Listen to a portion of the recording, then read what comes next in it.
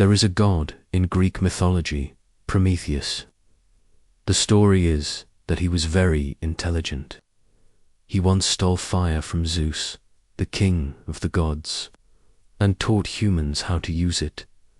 Zeus was so angry that he tied Prometheus to a mountain. He tied Prometheus to a mountain and put a stake on it. This stake would tear Prometheus's stomach, take out his liver and eat it. But Prometheus's wound would heal. The stake would wound again, take out the liver again and eat it. Prometheus was constantly suffering. Prometheus was suffering an unending torment. Another Greek hero, Hercules, who is also called Hercules in Roman mythology, saved Prometheus from this torment. In this story, Prometheus was constantly suffering, but he never apologized to the gods for helping humans. For this reason, Prometheus became a symbol of bravery for humanity and his principles.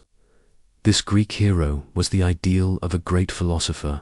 Just as Prometheus challenged other gods, this philosopher also challenged the earthly gods of that time. And he tried to show the way of salvation to the poor people of the world. Just like Prometheus, Prometheus also faced hardships all his life. He also went through the torments of exile, imprisonment, the death of his children, and poverty. But he never regretted all this. In fact, he kept fighting for the revolution today. The world knows this great philosopher by the name of Karl Marx. I am Faisal Warike, and in this mini-series of Deco, Suno Yano Kiwo Kontha, we will show you the biography of this philosopher. My curious fellows, this is the city of West Germany. Trier. It is located in the green mountainous area of Rhineland, which is close to the border of Belgium and France. Karl Marx opened his eyes on May 5, 1818, in a 3-story house in a narrow alley in this city. In the era in which Karl Marx was born, the slogans of "Long live the Revolution," "Long live the Revolution" echoed in every house in Europe. These revolutionary slogans echoed because 29 years ago, a powerful revolution had come to the neighboring country of France. Through that revolution, the throne of the Bourbon royal family, which had ruled France for centuries, was overturned by the people. With that revolution, the administration of that religious group, including the royal family of France, was also over. This group had been exploiting the people for centuries with the king. The whole of Europe was affected by this change, both the people and the rulers. The people were affected because they thought that if this could happen in France, why couldn't this change come to them? And why were the rulers worried? That too because if no one in France could stop the king from being beheaded, who would stop this from happening in their country? They were thinking that the revolutionaries had beheaded King Louis XVI and his wife in the French Revolution. So this was the environment of Europe in which the people of European countries had started various movements against their rulers. Through these revolutionary movements, a large number of European people, especially the workers who worked in factories, were fighting for their rights. These people were challenging the authority of the king and the church. They demanded that they be given representation in the assemblies, government restrictions on the media, complete freedom of speech and writing, and the king's powers be restricted. The people should also be included in political decisions. In other words, the 19th century was actually the century of the emergence of democracy and liberalism in Europe. So this was the environment of the revolution in Europe in which Karl Marx was born and he rose to power. It was this revolutionary environment that made Karl Marx a revolutionary philosopher. But in Marx's revolutionary upbringing, his environment, the conditions of his home, and his family background also played a very important role. Marx's family was of Jewish descent and had lived in Trier for a very long time. Marx's ancestors were Jewish rabbis, and this was their profession. But Marx's father left this profession and took up law. His law was very bright, and he became quite wealthy.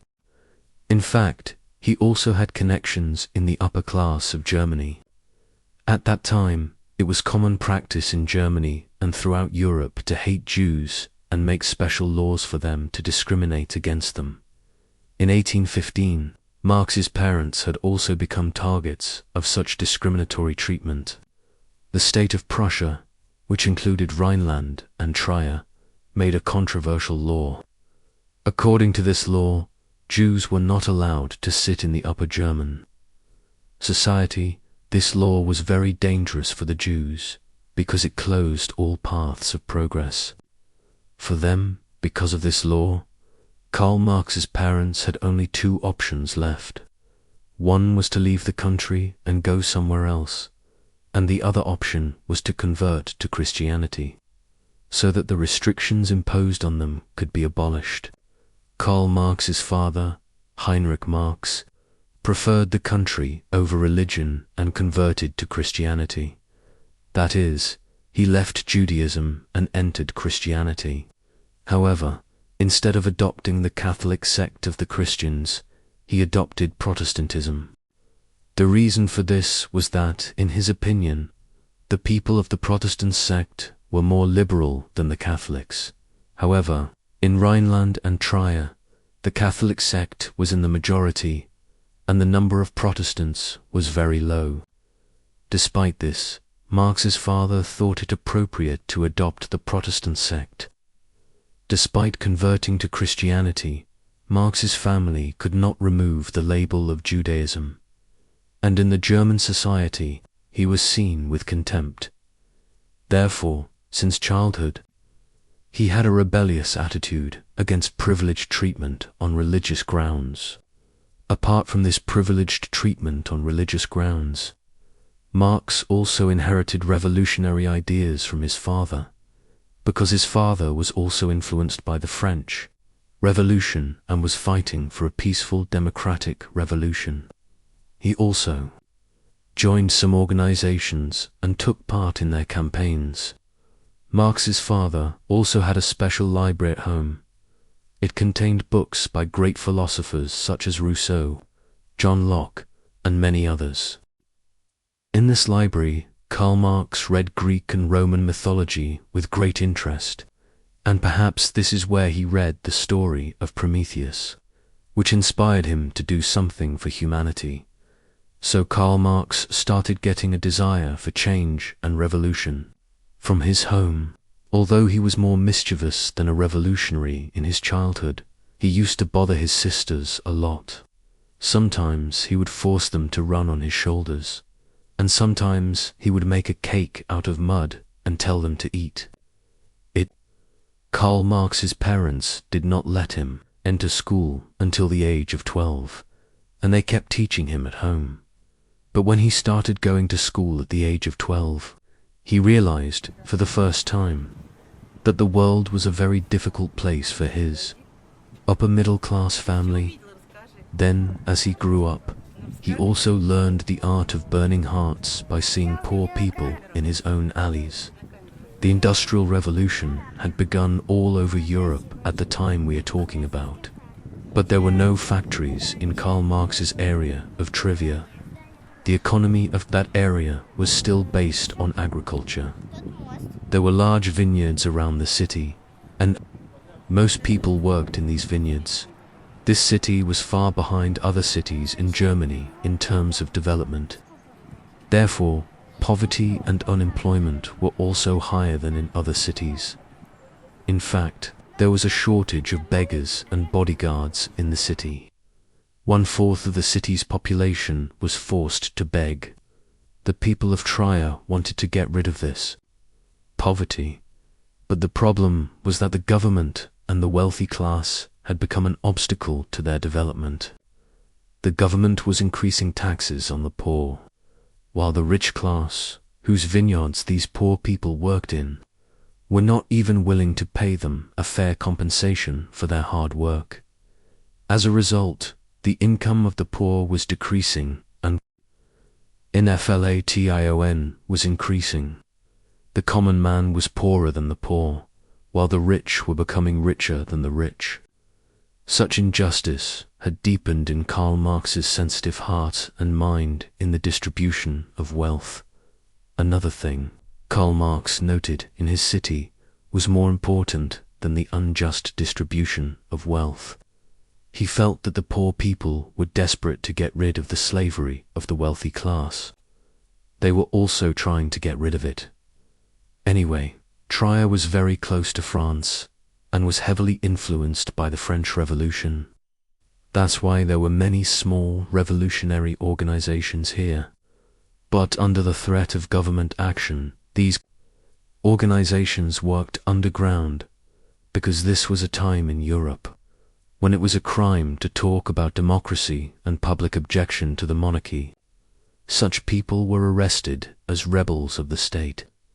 For this reason, the workers and students had set up their own secret organizations.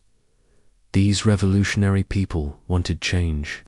At that time, socialism and anarchism were gaining popularity for this change. Socialists wanted a government that would protect the rights of the workers. Anarchists wanted to destroy the state. They wanted everyone to be equal and no one to rule over anyone. Everyone should live freely. These two ideas were becoming popular. The government was keeping a close eye on these people. The government was keeping a close eye on the educational institutions and offices.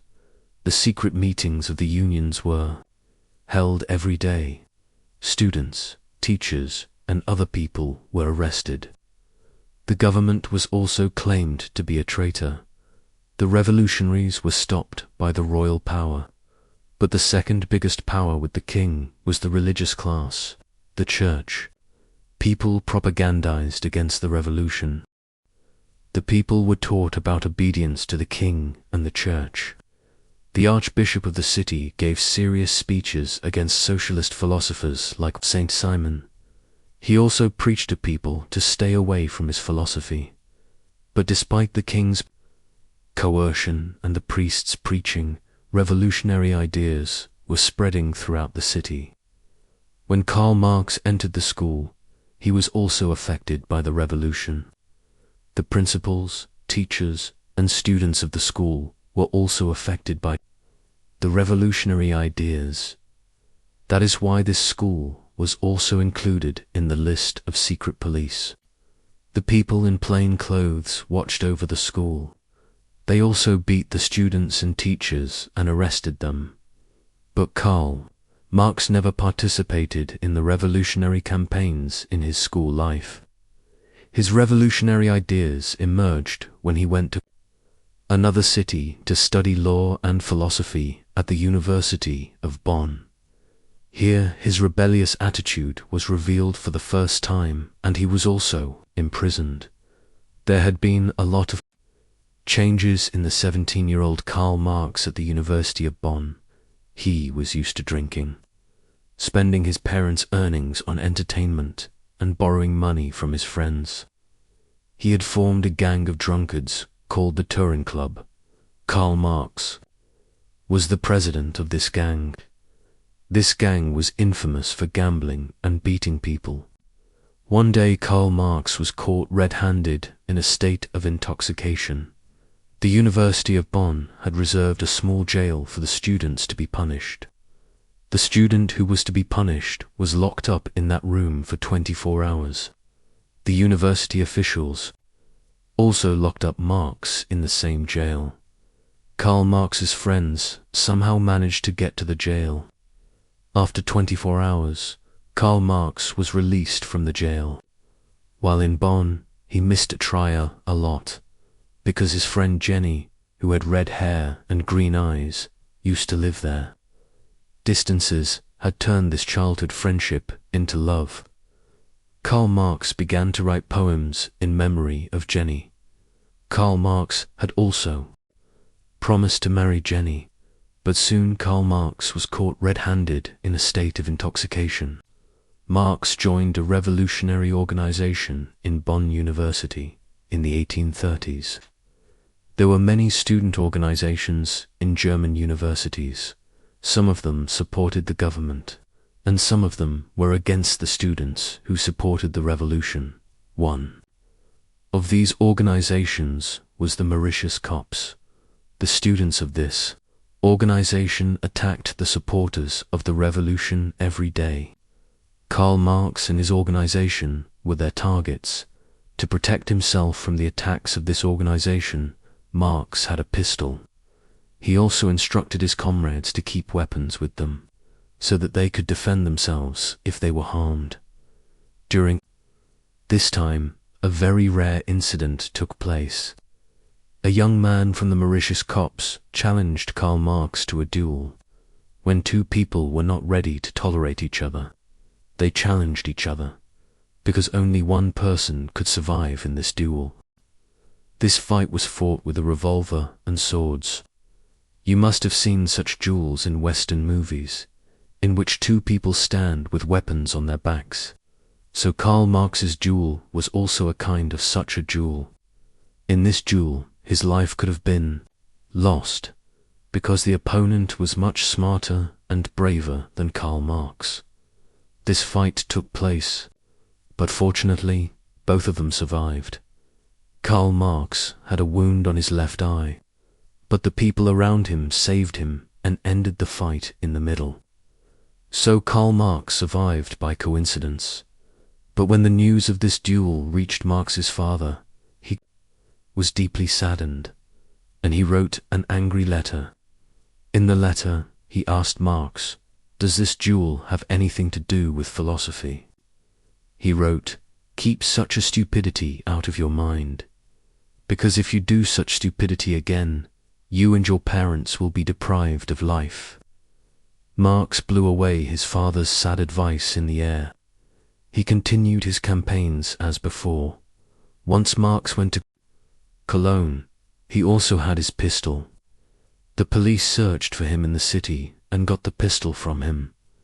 The problem was that this pistol was illegal. Because of this, Marx had to pay a fine. The police arrested Marx and presented him in court. If this case had gone ahead, Karl Marx would have been in jail for a long time, and all his revolutionary plans would have been ruined. But on this occasion, Marx's father came in handy again. You know that Marx's father, Heinrich Marx, was a successful lawyer. He was very successful. When Heinrich Marx found out that his son was caught in the crime of illegal arms, he took immediate action. He informed the judge in which court Marx's case was going on. Then he wrote a letter to the judge. After introducing himself to the judge, he asked the judge to forgive Marx for his innocence. The judge read the letter and did not proceed with the case, giving value to Karl Marx's father's advice. In this way, Karl Marx's life and time were saved again. In this way, Karl Marx's first year at Bonn University was very difficult for him and his family. The university was constantly complaining about him. Marx's father thought that the people he was in contact with at Bonn University would destroy him. So he made a tough decision. He decided to remove Marx from Bonn University and send him to Berlin, the present government of Germany. With the efforts of Heinrich, Marx was shifted from Bonn University to Berlin University. There he began to study law and philosophy. In Berlin, Marx lost his habit of fighting, but now his revolutionary mentality had fully awakened. Now he was older than a young man, and he wanted to do something big. He wanted to bring about a system that would benefit all humanity. But the idea of this system was not in his mind. The first question was how to determine the role of religion, a powerful person or God in a human society. The second question was how to challenge the censorship restrictions imposed on the media and newspapers in Germany. The third question was how to establish a free press and a free media. The third and most important question was what should be the role of the hard-working class in an ideal society. That is, the class whose hard-working investors make money. Where does that fit into the society? There was a fourth and final question along with these three questions. Which profession would he choose after leaving the university? Because reading philosophy could not satisfy his hunger. His father had also passed away in the last days of his education. Because of this, his mother was now the only one to run the house. She was waiting for Karl Marx to finish his studies. She was waiting for him to start earning money for his family. Karl Marx also had a problem. He had promised his lover Jenny to marry her. Jenny's father had clearly said that if you want to marry Jenny, you have to complete your studies first. That is, get a doctorate degree. In this way, all the challenges of life were facing young Karl Marx. He had to complete his studies when he was an average student. He had to find a job, but he was against capital. How did Karl Marx overcome these challenges? Why did he leave his country, Germany? We will talk about all this in the next video of this mini-series. Do watch it.